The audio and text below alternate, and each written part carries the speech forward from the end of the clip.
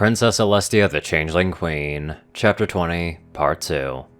Lamia's brain ground to a halt as she finished listening to her sister's last sentence. Wait, what? Why did you just flee Canterlot? Screeched Lamia, her bewilderment throwing away all control that she had over her emotions. She simply couldn't believe the craziness of her sister's actions. She had the perfect opportunity to escape, but she had thrown it away. I was the only changeling in Equestria who could speak for our hive, for our mother, for you. If I didn't talk to Celestia to try to defend our hive, then who knows what could have happened. I had to go, even if I would forfeit my life for doing so, cried Sindra, tears just beginning to moisten the corners of her eyes. Lamia stared at her sister, speechless. Her mouth was slightly parted, but her single eye narrowed as Sindra continued to speak. While I was waiting for Princess Celestia at the meeting place, I realized that the only way to save our hive from the aftermath of our mother's attack was to give the princesses some harmless information about our hive, so that they could know that we could be reasoned with and that they could negotiate with us. I never considered giving them our infiltration strategies, but I knew that without any knowledge of us but as invaders, nothing would stop them from countering our attack. Lamia shook her head. Sindra, you're not making any sense. Our hive could have survived a war with Equestria. You could have come to your conclusions simply from observing the strength of the ponies' friendships. You're wrong, Lamia. Our species, once regarded as a myth, was revealed to the entire world as a hostile force. Equestria may value peace and we may have the advantage of stealth, but they are far larger a nation than our hive. Already, their paranoia from their knowledge of our presence is affecting how we get their love. If it came down to conflict, both our hive and Equestria would inevitably suffer, said Sindra in a solemn tone.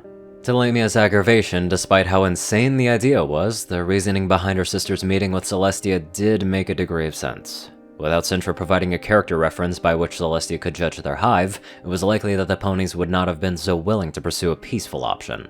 Needing to get close to her sister to evaluate her reaction, Lamia shifted herself forward. With some annoyance, she noticed that her sister cringed at her injuries in the same way the others did. But Lamia could understand why Sindra had been no difference. Her scars were rather ugly.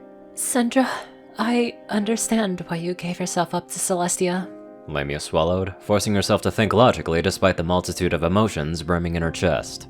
It was commendable and quite logical in the situation. Lamia allowed herself a small smile as her sister looked at her with hope, but the young queen forced her expression back into a solemn mask. But why in the queen's name did you reveal to Princess Celestia the only ways that we could have kept hidden? That's hardly innocuous information, demanded Lamia, involuntarily raising her voice. Sindra whimpered, but the hard light in her sister's eyes forced her to continue. Sindra shut her eyes, and Lamia sighed. She hadn't intended a shout, but her frustrated state of mind made it difficult for her to keep her voice level. Sindra, look at me right now. Sindra did so immediately, but her eyes seemed to be focused over Lamia's shoulder. The elder changeling groaned. She knew that most people found it uncomfortable to even glance at her wounds, but it was still painful that her own sister was no different from them. Sindra, I don't want to hurt you, but I can't help you if you don't tell me everything about why you did what you did. I know I probably will get angry, but I will do my best to evaluate your actions as objectively as possible, said Lamia, placing her hoof on her sister's. Sindra trembled at her sister's soft touch, and she swallowed. Paying no attention at the time, Lamia waited patiently for her sister to speak.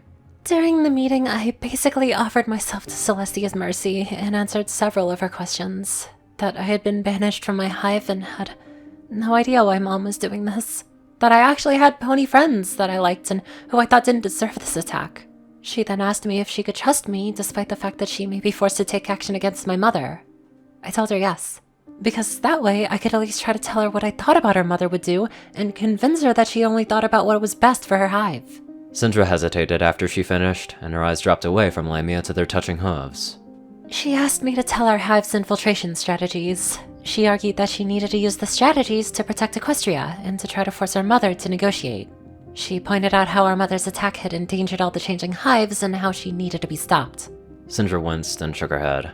I never expected her to ask me that, and it caught me off guard. I didn't want to believe what she had said, but...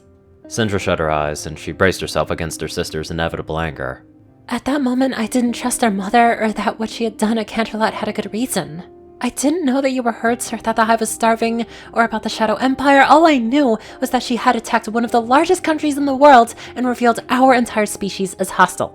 I thought her mother had gone mad, and Celestia offered to stop her from doing any more damage to our hive, and Equestria, and our way of life sounded more reasonable than what our mother had done. As soon as she had finished, she shut her eyes, only watching her sister through the crack between one eyelid. Lamia's features were blank, and her one eyebrow was relaxed. However, Sindra could see that every muscle in her sister's body was taut, forcing her to remain still. And you believed her? Sindra frowned. Mother had revealed our kind's existence to the entire world, and you fool. Sindra blinked as Lamia's hoarse voice cut her off. How could you willingly place the welfare and safety of our hive in the hooves of a pony? Demanded Lamia. The queen's teeth were gritted, her brow crinkled, and her eyes filled with fury. The half of her lips that was not charred chitin pulled back into a twisted snarl, yet the remaining disfigured half of her face remained motionless, unable to move. Ponies aren't... Lamia waved her protests. I have nothing against ponies as a species. I hate those worthless cowards who took my leg, but I keep telling myself that there are good ponies out there, and I have seen them. Lamia took in a deep breath, biting a corner of her lip. Pain shot into her mind, diverting her attention from the sheer rage that she felt within her. She didn't care if her sister was staring at her, as if she couldn't believe what she was seeing. Lamia was actually furious at her sister for the first time in her life. What you did wrong was that you entrusted the safety of our entire hive's infiltration network, our food and information source, in the hooves of an outsider. I know Princess Celestia appears to harbor no ill intentions for our hive and our species, and she is the one who organized this conference. But she... Lamia cut her sister off, wincing at Sindra's hurt expression, but the young queen needed to explain just what her sister had nearly cost their hive. But what? Regardless of who she is and what Mother did, you gave up our strategies, knowing that they were being used to coerce our cooperation. You endangered hundreds of undercover changelings across Equestria and the food situation of our hive because you didn't trust my mother or me. Thank the great hive mothers that Celestia is a forgiving ruler, or else our entire hive might have ended up wounded, dead, or starving thanks to you.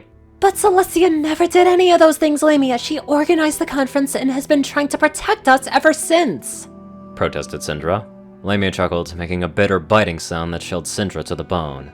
Yes, but what if she did? And what was the end result of your revelation to her? If Celestia was so trustworthy, so understanding, why did you have to give her this secret? She gave you the opportunity. She gave you the opportunity to make a conscious choice. You could have easily withheld them. Sindra's eyes went wide. She protested weakly. Sindra, you gave her a sword that she could have used to kill our mother and the hive. A sword that Celestia could have used as blackmail if Mother protested her peace policies. Could still use. Celestia knowing our infiltration procedures only serves as insurance against our hive and to protect her own ponies. She never even used it. That was how dangerous telling Celestia the infiltration procedures was. It never brought us peace. It was never used to bring us together for peace. You gave them a weapon of war, and we're just lucky that they didn't use it! Screamed Lamia. Sindra's mouth dropped open in shock and horror. She always had known her betrayal would hurt her mother, but what she never realized was the magnitude of the peril that she had placed her hive in by doing so. Now she just wished that she never acquiesced to Celestia's request. Tears formed at her eyes as she broke down, sobbing. Lamia heaved in breaths of fresh air, her eye glaring at her crying sister. Yet despite having screamed all the reasons that she was so mad at her, she felt no better. In fact, she felt more wretched than ever.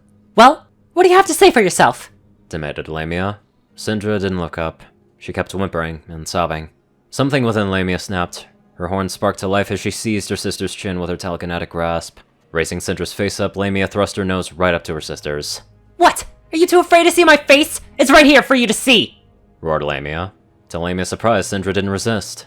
Lamia found herself looking straight into her sister's moist eyes. Lamia, you're right. I can't believe I was so stupid. I could have killed Mother. I could have killed you. Sindra swallowed, shut her eyes, and hung limply in Lamia's magical grasp. I'm sorry. I don't deserve to live. Lamia's heart stopped. What? I don't deserve to live. Sindra cried out as pain blossomed across her cheek. Eyes wide, she shook her head and stared at her sister in shock. Her older sister was crying, tears pouring down her cheek. Don't say that, Sindra. Please don't say that. I can't bear to lose you, not again. Begged Lamia. She wasn't quite sure why she was crying, but she couldn't help herself. Lamia, I'm a traitor. I endangered our mother, the hive, you. Why don't you want me gone? Wouldn't it be easier for you? Wailed Sindra. She couldn't understand why her sister was crying. Wasn't she furious at her only a few seconds ago? Lamia shook her head, not trying to stop the tears flowing from her only eye. I'm furious at you, and what you've done hurts me more than the fire that took my leg. But... Lamia took a deep breath and managed a small smile. You're my sister, and I love you. With that, Sindra flung her hooves around Lamia's shoulders. Embracing her at the same time, Lamia seized her little sister with her only leg. The two tear-stricken siblings pressed against each other, as if they were two parts of a whole trying desperately to reform. When their limbs grew so tired that they couldn't embrace each other any harder, the sisters relaxed, drawing comfort from each other's presence. Lamia, what happens now? Asked Sindra softly, wiping the last drop of moisture from her eyes. Lamia grimaced. I will try to explain the circumstances of your choice to her mother, what led you to betray her, but also what you did to try to defend her, and how sorry you are. Hopefully, I can get her to forgive you and resolve the situation between the ponies and changelings. Sindra winced and sighed. Do you really think that she might forgive me? Lamia nodded, and Sindra's expression left it a little with hope. Thank you. I'm sorry for reacting badly to your injuries earlier. I can see that it hurts you. Whispered the smaller changeling. It's alright. I look pretty hideous. Chuckled Lamia, trying to laugh it off. She wasn't fooling anyone though, and Sindra could clearly hear the dejected tone in her sister's voice. But Lamia, you're not a monster.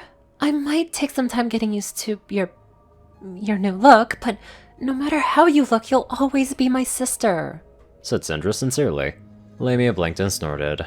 I should listen to my own advice more. Thank you, Sindra. Sindra reflected her sister's smile. Although she was tired, emotionally exhausted really, she was happier than she had ever been for a long time. You're welcome, Lamia. It is so weird how emotions change from one thing to another. Anyways, let's get on to our spectacular donators. Top donators are 630, Peter Coulthard, J Tinman, Darkside, Only One Thing, and Twinkie. Raiden, Narwhals, Black Moonheart, Pastel Skies, Austin Rollins, Crazy Killer 557, Stu Hex, Swordbrother and Mordred, Almicon Library, Will, Chris, Dospo, Delta Omega, Jack Hedge, Rinsife9852, Madman Stan, Leslie Perkett, Drake Lovedragon, Mountain Norman, Stephen Bingham, LineGod12, Sorcerer Constantine, Hudzaza, Conver, and many more lovely people. Thank you all so much for watching this video and live life to the fullest.